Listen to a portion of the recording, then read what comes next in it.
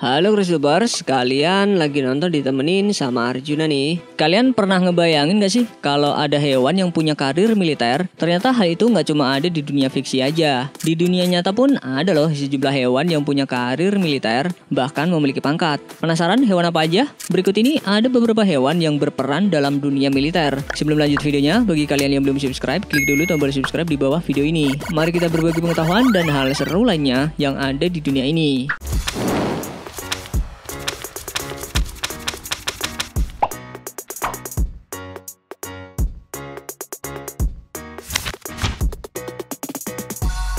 Penguin asal Norwegia yang tinggal di kebun binatang Skotlandia ini bikin orang terkagum-kagum guys. Pasalnya ia bukan penguin biasa, melainkan seekor raja penguin. Penguin yang bernama Niels Olaf ini juga berpangkat yang gak tanggung-tanggung loh guys. Ia dianugerahkan penghargaan militer senior sebagai Brigadir Sir Niels Olaf dalam sebuah upacara yang dihadiri 50 prajurit Norwegia.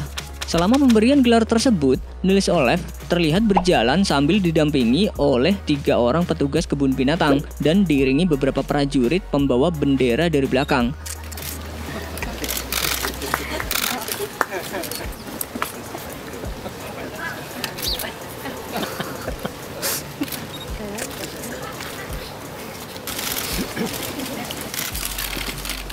Nggak lama kemudian, seorang kepala prajurit menyerahkan medali kepada salah seorang penjaga kebun binatang untuk memasangkan medali itu.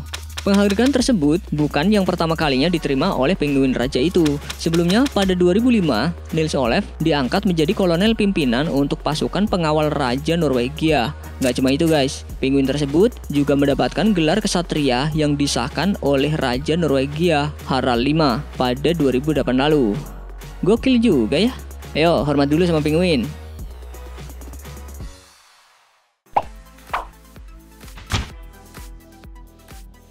Perang dunia meninggalkan banyak kisah, salah satunya beruang prajurit bernama Wojtek. Wojtek adalah seekor beruang yang ikut dalam perusahaan pasokan artileri ke-22 Polandia pada tahun 1942. Hewan ini diadopsi dan jadi binatang ikonik di tengah militer Polandia. Layaknya manusia, Wojtek makan dan minum serta hidup bersama dengan para prajurit. Uniknya, beruang ini juga suka minum bir, belajar merokok, dan makan seperti manusia. Sejarahnya, Wojtek membantu tentara dengan membawa peti seberat 100 pon peluru artileri seberat 25 pon selama pertempuran Monte Cassino. Sejak saat itu, Wojtek dijadikan maskot pribadi di Angkatan Darat Polandia dengan bayaran, pangkat, dan nomor seri sendiri. Sebagai kenang-kenangan jasanya, Wojtek dibuatkan patung beruang bersama seorang tentara Edinburgh, Skotlandia.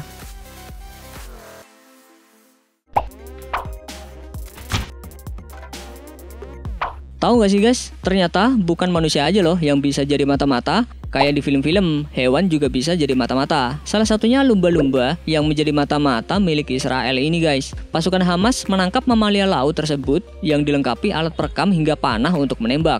Diketahui, lumba-lumba ini bertugas untuk memantau gerak-gerik latihan kelompok intel Hamas di tepi barat Gaza. Mamalia ini ditangkap karena gerakannya yang mencurigakan dan dilengkapi persenjataan yang dapat melukai manusia.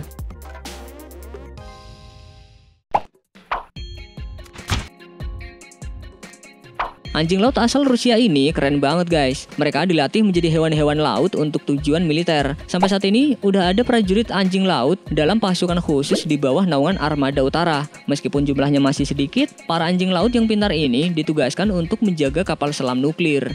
Menurut seorang akademisi sains Rusia, anjing laut sangat berpotensi melaksanakan berbagai misi tempur di darat maupun di bawah air, terutama dalam mengawal kapal selam yang sangat sulit dilakukan manusia karena keterbatasan fisik. Anjing laut juga bisa mendeteksi berbagai benda dan mengambilnya dari dasar laut, membawakan alat kepada penyelam, dan mungkin bisa juga membunuh musuh.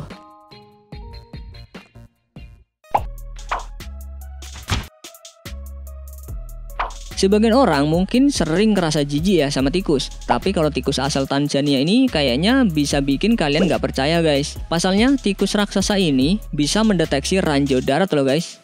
Tikus ini memang sengaja dilatih oleh organisasi nirlaba Belgia Apopo di markasnya di wilayah Morogoro di Tanzania Timur. The rat smells TNT, it starts to scratch, and then the handler have to click, and when they start to scratch, I feel very emotion. They don't know who is who.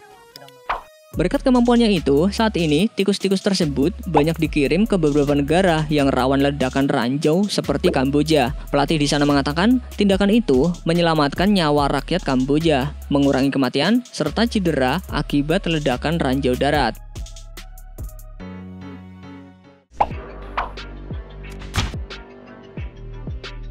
Maraknya penggunaan drone menyebabkan keresahan serta ancaman bagi kepolisian Belanda. Masalahnya, keberadaan drone ini digunakan untuk menerobos ruang-ruang privasi hingga mengancam keselamatan publik. Nah, untuk mengantisipasi hal itu, petugas kepolisian di sana melatih elang untuk membasmi drone yang nakal dan meresahkan warga.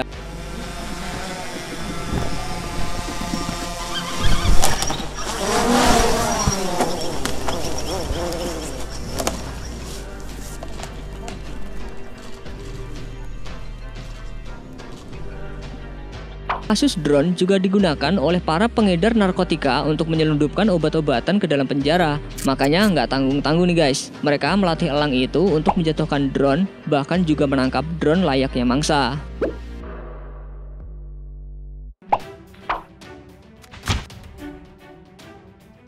Perang Dunia Kedua semakin memanas saat Jerman mulai melancarkan serangan menuju timur, tepatnya mengarah ke Uni Soviet. Di tengah keputusasaan, muncul ide yang dimiliki Uni Soviet untuk menggunakan anjing militer dalam upaya menghancurkan musuh. Pada tahun 1941, Uni Soviet menggunakan anjing terlatih untuk memerangi tank dengan menjatuhkan bom untuk diledakkan. Anjing-anjing tersebut diberi latihan intensif untuk menyeret bom ke tank yang ditargetkan.